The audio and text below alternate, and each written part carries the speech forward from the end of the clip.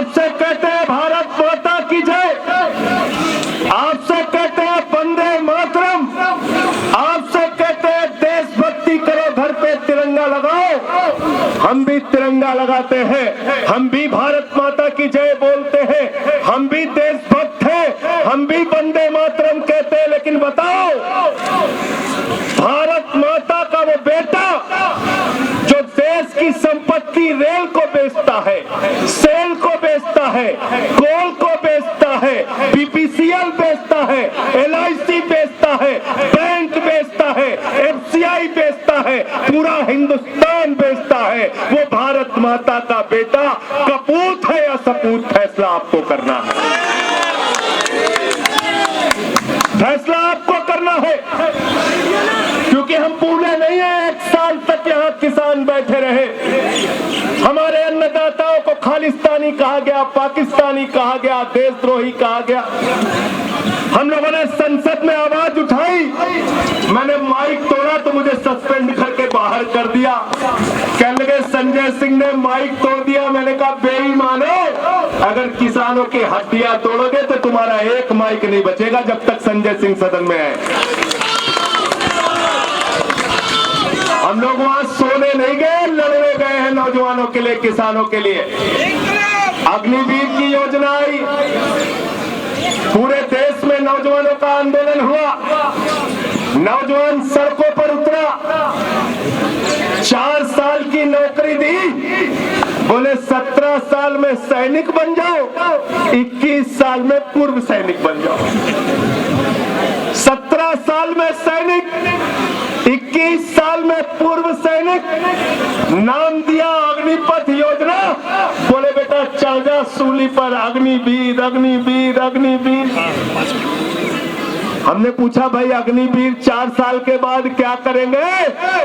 तो इनका एक मंत्री कहता है धोबी का काम कर ले, कपड़ा साफ कर लेंगे, ड्राइवर बन जाएंगे, नाई का काम भी अच्छा कर लेंगे, बाल काट लेंगे। और एक इनका कैलाश विजय वर्गीय कहता है हमारे बीजेपी के दफ्तर के बाहर सिक्योरिटी गार्ड बन जाएंगे। उसका बेटा विधायक है, मैंने उसका एक वीडियो देखा है, एक्सीएन को दौड़ा के मार बैठ, मार बैठ, मार। अरे मैंने कहा तेरा बेटा तो बहुत अच्छा बैट चलाता है, उसी को डंडा पकड़ा के सिक्योरिटी गार्ड बना दे भाई, उसी को सिक्योरिटी गार्ड बना दे।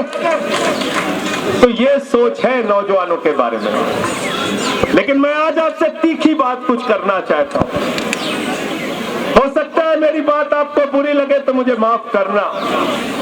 4 साल 11 महीने तो आप इंसान रहते हो, लेकिन जैसे ही 1 महीने चुनाव आता है, भाजपाई एक कीड़े की सप्लाई करते हैं, बहुत तेजी के मात्रा में कीड़े की सप्लाई। वो कीड़ा आपके दिमाग में डाला जाता है, लो कीड़ा, लो कीड़ा, लो कीड़ा। वो कीड़ा क्या है? हिंदू मुसलमान, हिंदू मुसलमान, हिंदू मुसलमान। 5 बजे से लेकर रात 11 बजे तक सारे चैनल पे हिंदू मुसलमान। तो भाजपाइयों का एक फॉर्मूला है, नौजवानों होशियार हो जाना।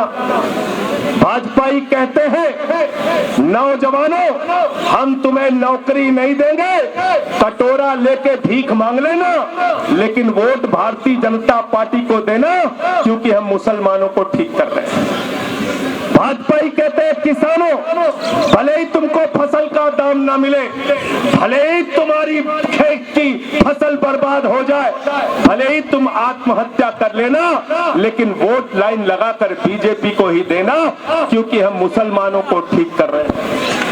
भाजपाई कहते हैं माताओं और बहनों महंगाई के कारण भले ही तुम्हारे घर का चूल्हा ना जले, लेकिन वोट बीजेपी को देना, क्योंकि हम मुसलमानों को ठीक कर रहे हैं। भाजपाई कहते हैं माताओं और बहनों तुम्हारे घर में कोरोना के समय में मृत्यु तो हुई, कुछ लोगों की जान गई, नदी के घाटों पे तुमने अपनी लाशें जलाई, चील कौवे कुत्ते भी उसको नोचते रहे।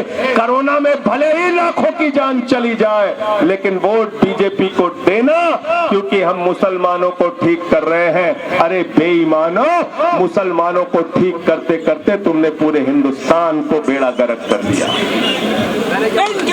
इस कीड़े से बचो, इस कीड़े से बचो, वरना तुम्हारा भला होने वाला नहीं है।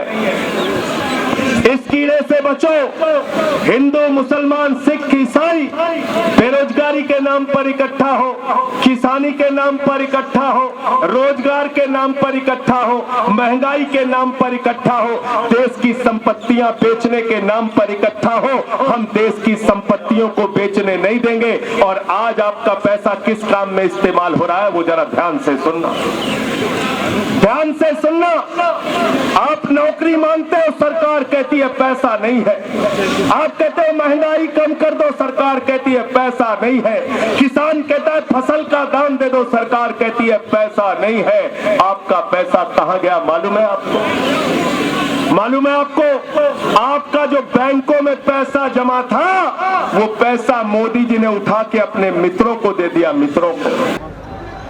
और 10 लाख करोड़ रुपए माफ कर दिया, 10 लाख करोड़ रुपए बैंक के खातों से नाम हटा दिया पूंजीपतियों का। जीरो लगाते लगाते थक जाओगे, 10 लाख करोड़ रुपए माफ कर दिया। बड़े बड़े पूंजीपतियों का 5 लाख करोड़ रुपए का टैक्स माफ कर दिया। आपके लिए पैसा नहीं है, पूंजीपतियों के लिए पैसा है।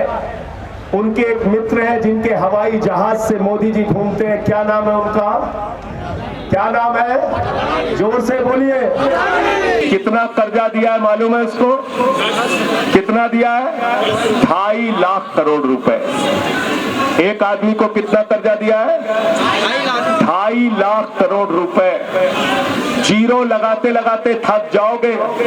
10 लाख करोड़ की संपत्ति है उसकी अकेले की, 2.5 लाख करोड़ का कर्जा दिया है उसको। और क्या काम करता है वो अडानी?